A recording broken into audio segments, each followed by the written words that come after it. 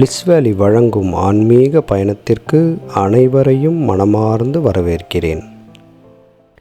தனக்கு மட்டும் பயன் தரும் தகவல்களை தேடிக்கொண்டு பிறரை பற்றிய அர்ப்பணிப்பு, கருணை, மனிதநேய உணர்வு இல்லாமல் வாழும் வாழ்க்கை ஒரு உயிருள்ள மனிதன் வாழும் வாழ்க்கை அல்ல.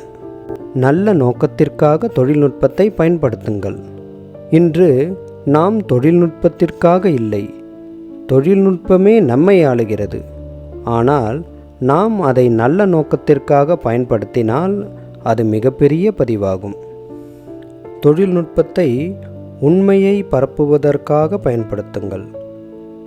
மற்றவர்களுக்கு உதவ நவீன சாதனங்களை பயன்படுத்துங்கள். ஆன்மீக வளர்ச்சிக்காக உண்மையான அறிவு பெறுவதற்காக பயன்படுத்துங்கள். தொழில்நுட்பம் ஒரு பெரிய சக்தியாகும். ஆனால் அதை தவறாக பயன்படுத்தினால் அதே சக்தி நம்மை அழிக்கும். அதனால் நம் கர்ம விளைவை உணர்ந்து தொழில்நுட்பத்தை நன்மைக்காக மட்டுமே பயன்படுத்துவோம். ஆன்மீக சாதனையின் மீது வரும் தடைகள். ஒரு மனிதன் உண்மையான ஆன்மீக வளர்ச்சிக்காக முயற்சி செய்யும்போது அவன் உயர்ந்த நிலைக்கு சென்று தன்னை முழுமையாக மாற்றிக்கொள்ளும் திறனை பெறலாம். ஆனால் அதை தீய சக்திகள் எளிதாக அனுமதிக்காது. காரணம், ஒருவருடைய உண்மையான ஆன்மீக வளர்ச்சி அவனை தீய சக்திகளின் பிடியிலிருந்து விடுவிக்கக்கூடும். அதனால் பல்வேறு வழிகளில் ஆன்மீக சாதகர்களை சோதிக்கிறார்கள். ஆன்மீக சாதகருக்கு எதிரான சோதனைகள் மனதை குழப்புவது. அதாவது, ஆன்மீக பயணத்தில் செல்லும் ஒருவர் தன் பாதையில் உறுதியாக இருந்தாலும் எதிர்பாராத எண்ணங்கள், குழப்பம், சந்தேகம் போன்றவை அவனை வழிதவற வைக்க முற்படும். அடுத்தது வெறுமனே இருப்பது. ஒருவரின் ஆன்மீக சாதனை தொடரக்கூடாது என்பதற்காக வீண் வேலைகளில் அவனை ஈடுபடுத்தி நேரத்தை வீணடிக்கச் செய்யும். அடுத்தது வெற்றியை தடை செய்வது. சில நேரங்களில் ஆன்மீக சாதனையின் மூலம் கிடைக்கும் முன்னேற்றங்களை தடுக்க எதிர்மறை சக்திகள் தடைகளை ஏற்படுத்தும். உதாரணமாக, சுயநலமான நோக்கங்கள் கொண்ட மனிதர்கள் சாதகரை தடுப்பதோடு மட்டுமின்றி அவனது வாழ்க்கையில் தளர்வை உருவாக்கலாம். அடுத்தது பயத்தை ஏற்படுத்துதல்.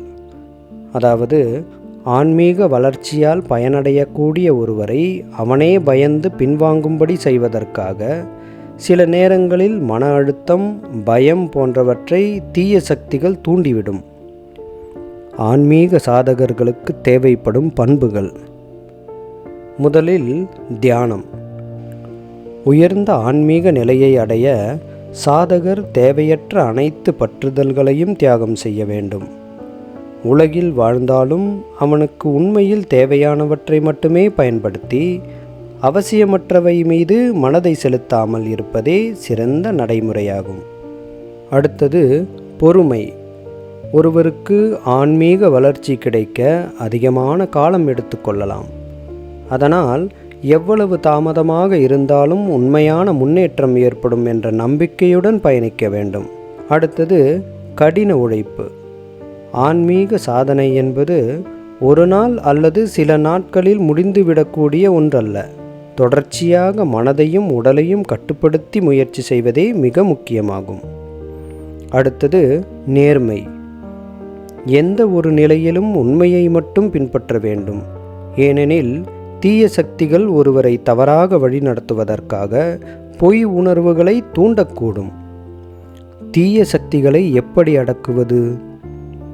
ஆன்மீக சாதகருக்கு பல சோதனைகள் வந்தாலும் அவன் உண்மையாக தன்னை உறுதியாக வைத்து கொண்டால் எந்த எதிர்மறை சக்திகளும் அவனை பாதிக்க முடியாது. தீய சக்திகள் தனது பாதையை திசை மாற்ற முற்பட்டால் சாதகருக்கு ஒரு விஷயம் மட்டும் நினைவில் இருக்க வேண்டும். தன்னை பாதுகாக்கும் இறையருள் இருக்கும்போது எந்த தடையும் நம்மை திசை திருப்ப முடியாது என்ற எண்ணம் திடமாக இருக்க வேண்டும். தியானம், ஜபம், நல்ல எண்ணங்கள் ஆகியவற்றை வளர்த்து கொண்டு எந்தவிதமான தீய சக்திகளும் நம்மை பாதிக்காது என்பதில் உறுதியாக இருக்க வேண்டும். இறுதியில் தீர்மானம் யாரிடம்? ஒரு மனிதனின் வாழ்க்கை எவ்வாறு செல்லும் என்பது அவன் எடுக்கும் முடிவுகளின் அடிப்படையில்தான் அமையும். ஒவ்வொரு நாளும் நாம் நினைக்கும் எண்ணங்கள், கருத்துக்கள் மற்றும் செயல்கள் நம்முடைய எதிர்காலத்தை தீர்மானிக்கின்றன. நாம் நல்ல எண்ணங்களோடு வாழ்ந்து உயர்ந்த நோக்கத்துடன் முன்னேறினால் நம் வாழ்க்கை தெய்வீக சக்திகளால் வழிநடத்தப்படும். ஆனால் எப்போது நாம் குறுகிய நோக்கங்களோடு சுயநலத்திற்காக மட்டுமே செயல்படுகிறோமோ அந்த சமயம் தீய சக்திகள் நம்மை கட்டுப்படுத்த தொடங்கும். இயற்கை, கடவுள் அல்லது உயிரின் அடிப்படை உண்மை ஒவ்வொருவருக்கும் ஒரு உயர்ந்த திட்டத்தை அமைத்திருக்கிறது. அந்த திட்டம் ஒவ்வொருவரையும் முன்னேறச் செய்து ஆன்மீக வெளிச்சத்திற்கு இட்டுச் செல்லும். ஆனால் அந்த பாதையை தானாக யாரும் காண முடியாது. அதனை கண்டுபிடிக்க, உணர, ஏற்றுக்கொள்ள வேண்டும். நாம் வாழ்க்கையை எவ்விதத்தில் உணர்கிறோம் என்பது நம்முடைய உள்ளார்ந்த எண்ணங்களின் மீது தங்கியுள்ளது. நல்ல எண்ணங்கள் அமைதி, கருணை, உதவி, நேர்மை போன்ற உயர்ந்த பண்புகளால் நாம் வழிநடத்தப்பட்டால் நம்முடைய வாழ்க்கை ஒளி நிறைந்ததாக இருக்கும். தீய எண்ணங்கள், அதாவது பேராசை, கோபம், பொறாமை, சுயநலம் போன்றவற்றால் நாம் வாழ ஆரம்பித்தால் தீய சக்திகளுக்கு நாம் ஒரு கருவியாக மாறிவிடுவோம். உலகம் ஒரு யுத்த மேடையாகும். ஒரு புறம் தெய்வீக சக்திகள், மற்றொரு புறம் தீய சக்திகள் உள்ளன. மனிதன் இவை இரண்டிற்கும் இடையே நிற்கிறான்.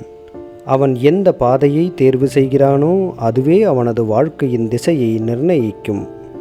தெய்வீக சக்திகளை ஏற்கும் வாழ்க்கையானது வாழ்க்கையில் உயர்ந்த நோக்கத்துடன் செயல்படுதலாகும். பணம், புகழ், பதவி போன்றவற்றை முக்கியமாக கருதாமல் ஆன்மீக மேம்பாடு பெற முயற்சித்தல் வேண்டும். மற்றவர்களுக்கு உதவி செய்து உலகில் நல்ல மாற்றங்களை உருவாக்குதல் வேண்டும். பொறுமை, சகிப்புத்தன்மை, தூய்மை, நேர்மை ஆகியவற்றை கடைபிடிக்க வேண்டும். இறை சிந்தனை, தியானம், ஜபம், யோகா போன்றவற்றின் மூலம் ஆன்மீக சக்தியை பெறுதல் வேண்டும். தீய சக்திகளால் ஆட்டம் காணும் வாழ்க்கை. சிறிய குறுகிய நோக்கங்களுடன் வாழ்ந்து தனிப்பட்ட வெற்றிகளை மட்டுமே நாடுதல், உலகம் முழுவதும் பாதிப்பு ஏற்படுத்தும் செயல்களில் ஈடுபடுதல், மனசாட்சியை தவிர்த்து நேர்மறையற்ற வழிகளில் செல்வம் தேடுதல், மற்றவர்களை சுயநலத்திற்காக பயன்படுத்துதல், பாதித்தல், தன்னம்பிக்கையற்ற வாழ்வு, தொடர்ந்து குறைகளை கண்டுபிடிக்க முயல்வது, இவை மட்டுமல்ல, ஒருவரின் எண்ணம் தொடர்ந்து தீய சக்திகளால் தாக்கப்பட்டால் அது அவரை முற்றிலும் வழி தவற செய்யும். நம் வாழ்க்கையின் ஒவ்வொரு சிறு செயல்கள் கூட நம்மை எந்த வழிக்கு தூண்டுகிறது என்பதை கவனிக்க வேண்டும். இதன் முடிவு என்னவென்றால், தேர்வு உங்கள் கையில்தான். இப்போது உங்களுக்கு ஒரு கேள்வி இருக்கும். நீங்கள் எந்த பாதையை தேர்வு செய்ய போகிறீர்கள்? நீங்கள் தெய்வீக சக்திகளை ஏற்பதா அல்லது தீய சக்திகளால் ஆட்டம் காண்பதா? இந்த பயணம் நம்மை எங்கு கொண்டு போகும் என்பதையே நாம் தீர்மானிக்கிறோம். எப்போதும் நல்ல எண்ணங்களோடு வாழ்ந்து உயர்ந்த ஆன்மீக சக்திகளின் வழியில் செல்லுவோம். இதனால் வாழ்க்கையும் இந்த உலகமும் ஒளி நிறைந்ததாக இருக்கும். அடுத்த பகுதி 3இல் என்ன இருக்கும்? நாம் இதுவரை பேசியது தெய்வீக சக்திகளும் தீய சக்திகளும் எவ்வாறு இயங்குகின்றன, நாம் எவ்வாறு தேர்வெடுக்க வேண்டும், நம் செயல்கள் எதை பாதிக்கின்றன என்பதையே. ஆனால் இதில் ஒரு மிக முக்கியமான கேள்வி இன்னும் மீதமாக இருக்கிறது. அது தெய்வீக சக்திகளை நம்முடன் எவ்வாறு இணைக்கலாம் என்பதுதான். பகுதி 3இல் நாம் தெய்வீக சக்திகளை நம் வாழ்க்கையில் எவ்வாறு உணரலாம், அவற்றை எவ்வாறு கொண்டு வரலாம், அவை நம்மை எப்படி வழிநடத்தும் என்பதையும் விரிவாக காணப்போகிறோம். தெய்வீக சக்திகளின் தாக்கம்.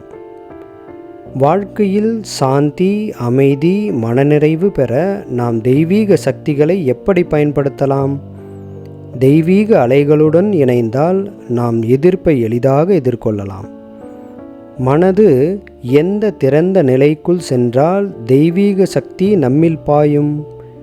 தெய்வீக சக்திகளை ஈர்ப்பது எப்படி? ஆன்மீக சாதனைகள் மூலம் தெய்வீக சக்திகளை எளிதில் உணரலாம்.